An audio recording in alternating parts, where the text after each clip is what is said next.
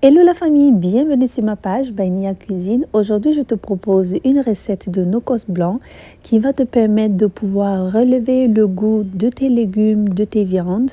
Alors, c'est parti pour cette recette qui sera vraiment très rapide. Pour cette recette, j'aurai besoin d'ail. Ici, j'ai de l'ail déjà pelé. Ça, c'est une bulbe d'ail entière que j'ai coupée en deux pour que vous voyez les germes à l'intérieur. Donc, il y a des personnes qui ne supportent pas ça.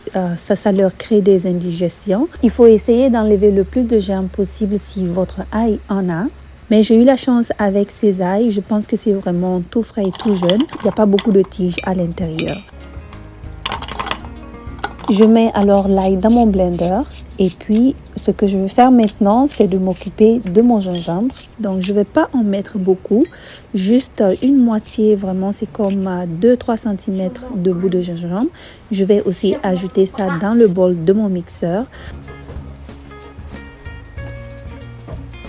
Ensuite, je vais ajouter une demi-échalote ou d'oignon et puis du sel. Donc ici, si vous voulez mettre du bouillon, vous pouvez mettre aussi du bouillon à la place du sel, mais moi je préfère aller avec le sel. J'ajoute aussi de l'huile pour le mixage. Donc ici, j'ai de l'huile de canola. Vous pouvez aussi ajouter de l'huile d'olive si vous souhaitez, environ 3 à 4 cuillères à soupe d'huile. Ensuite, le prochain ingrédient, ça va être le poivre blanc. Donc vous pouvez aussi mettre du poivre noir si vous voulez. J'ai choisi le poivre blanc parce qu'il est plus doux que le poivre noir qui est un peu plus fort. Donc voilà, on a mélangé tout ça, on passe à la conservation.